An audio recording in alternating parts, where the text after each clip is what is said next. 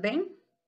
Bom, na nossa última aula de geografia, nós vimos sobre o descarte incorreto do lixo, sobre como que a gente lida com a fabricação e excesso de produtos e tudo mais.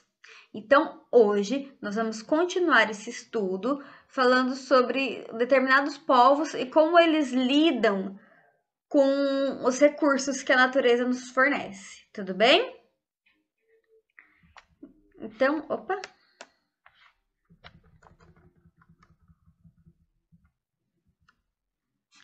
começando daqui pelos povos da floresta, nós temos a seguinte situação. Abram aí no livro de vocês na página 98, tá?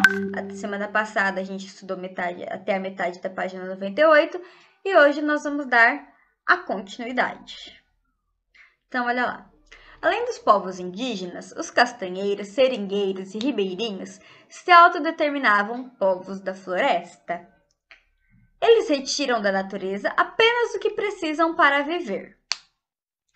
Aí nós temos a moradia indígena de Caiapó, no município de São Félix do Xingu, no estado do Pará, em 2016. Então, olha, eles fazem a casa deles tudo com palha, como vocês podem ver. Eles só pegam da natureza aquilo que eles precisam para viver. Então, agora eu tô com fome, o que eu vou comer agora? Eu vou na natureza, ou eu pesco um peixe, ou eu pego alguma coisa, alguma planta, alguma fruta, enfim, e como. Mais tarde, se me der mais fome, eu colho mais.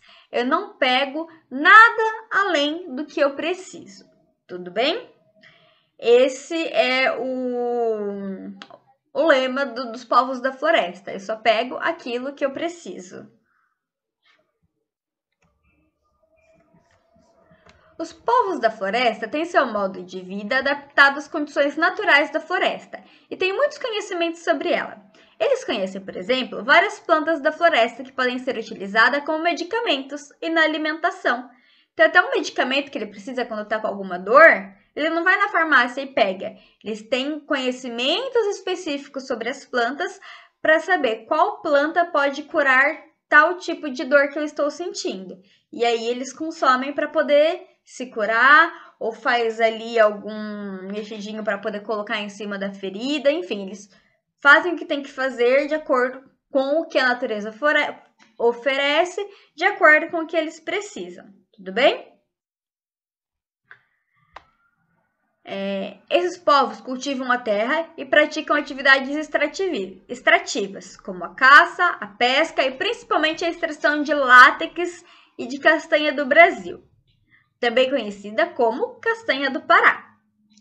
O látex é um líquido meio leitoso extraído do caule de algumas plantas. Com látex a gente fabrica a borracha natural, tá? Então tudo que é feito de borracha tem aí o látex. A maneira como essas atividades são praticadas por esses povos causa poucos impactos ambientais e contribui para a preservação da natureza. Afinal, ela é o meio de sustento desses povos. Então, como eles só tiram aquilo que eles precisam para a sobrevivência, eles estão contribuindo para a preservação, porque está na natureza, é para ser consumido. Porque senão a maçã está lá na árvore, para quê? Para ser comida. Se ninguém comer, ela vai apodrecer, estragar e, enfim. Então, eu estou consumindo, eu posso consumir. Só que não é o consumo exagerado, é o consumo adequado, ok? Aqui embaixo a gente tem a imagem de um seringueiro extraindo látex em uma floresta no município de Taraucá, no estado do Acre, em 2017. Então, aqui é as riscas que eles fazem para poder retirar o látex. E se vocês observarem aqui, olha, tem um risquinho branco caindo e jorrando aqui dentro do balde. E essa coisa branca que está saindo da seringueira é o látex. Então, ele faz riscos na diagonal para poder cair. E aí, ele coloca, ele direciona para cair dentro do balde para ele poder coletar esse látex. Tudo bem? Então, aí tem uma pergunta para vocês resumirem. Quem são os povos da floresta? E na prática de suas atividades, os povos da floresta procuram o menor impacto possível ao ambiente. Por que eles fazem isso? Então, tem essas duas perguntas para responder. Uma dica, já dá pausa e já responde agora, que tá tudo fresquinho, para depois não vir a esquecer, tá bom? E aí, quando terminar, solta a pausa e vamos para a próxima página. Então, aqui agora nós temos os quilombolas, que é um outro tipo de povo. Há cerca de 400 anos, milhares de africanos foram trazidos à força para as terras que formariam o Brasil para trabalhar como escravizados, certo? Muitos escravizados tentavam resistir à escravidão, fugindo dos seus trabalhos forçados e dos maus tratos.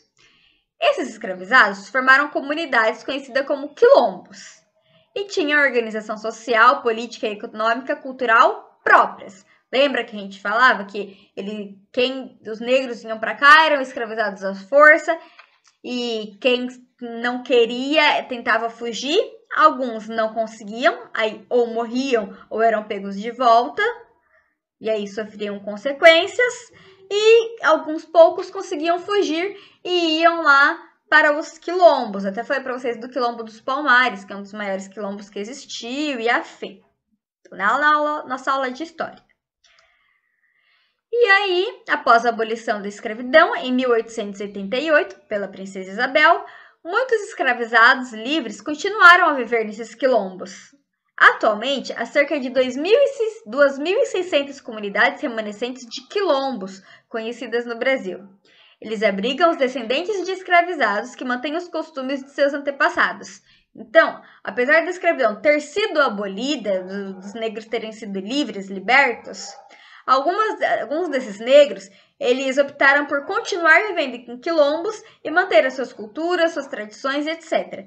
E aí os filhos deles, os filhos dos filhos, enfim, as suas famílias, seus descendentes, optaram por continuar vivendo. Eles são livres para sair, ir viver em outras localidades quando eles quiserem, mas eles optam por continuar vivendo ali na comunidade quilombola. Eles vêm como um jeito de manter as tradições, a cultura, tudo que eles construíram, tudo que os parentes deles, antepassados deles construíram com muito suor. Então eles dão muito valor a isso e por isso ainda vivem nesses quilombos, tá bom?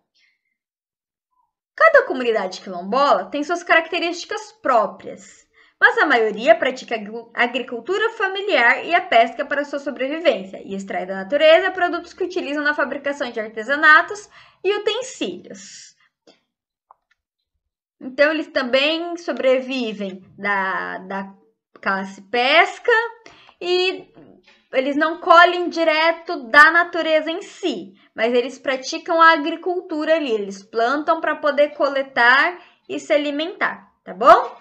Aí embaixo temos a imagem de agricultores quilombolas em colheita de feijão, no município de Cabo Frio, no estado do Rio de Janeiro. Então, em Cabo Frio é onde tem um quilombo ainda, e aí eles estão praticando a coleta de feijão para poder consumir. Então, olha lá. Outra questão que vocês também vão ler, dar pause para responder e voltar quando terminar para escrever com tudo ainda fresquinho na cabeça. Que atividades a maioria das comunidades quilombolas pratica para sobreviver? Então, o que eles fazem para sobreviver? A gente acabou de dissertar sobre isso, agora é só escrever com suas palavras, tá bom? E aí, vamos para a comunidade dos caiçaras, a última comunidade que veremos hoje. As comunidades que vivem em localidades do litoral dos estados de São Paulo, Paraná e Rio de Janeiro são conhecidas como caiçaras. O litoral é a faixa de terra banhada pelo mar. A principal atividade das comunidades caiçaras é a pesca artesanal, não predatória. Então, eles pescam artesanalmente, eles usam meios artesanais, eles usam a rede, eles usam lá meios que eles mesmos constroem para poder nada de máquinas e coisas assim. Eles pescam tudo ali no braço mesmo. Da pesca, as famílias caiçaras obtêm o alimento para o próprio consumo e renda, como a venda dos pescados. Assim, a alimentação dessas comunidades inclui diversos animais extraídos do mar, como peixes, camarões e ostras. Além disso, algumas comunidades caiçaras plantam para o próprio consumo. Então, aqui em Caraguá, a gente tem até o privilégio de estar em contato, né? Porque nós somos o povo caiçara, nós que moramos aqui, quem nasceu aqui ou vive aqui por uma grande quantidade de tempo, porém não nasceu como eu, é caiçara.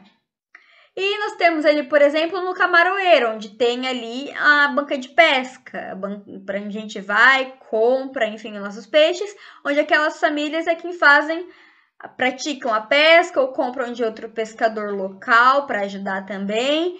E essas famílias sobrevivem com esse dinheiro dos frutos marinhos e peixes, enfim, que eles vendem. Temos ainda alguns outros produtores que eles sobrevivem de plantação, tá?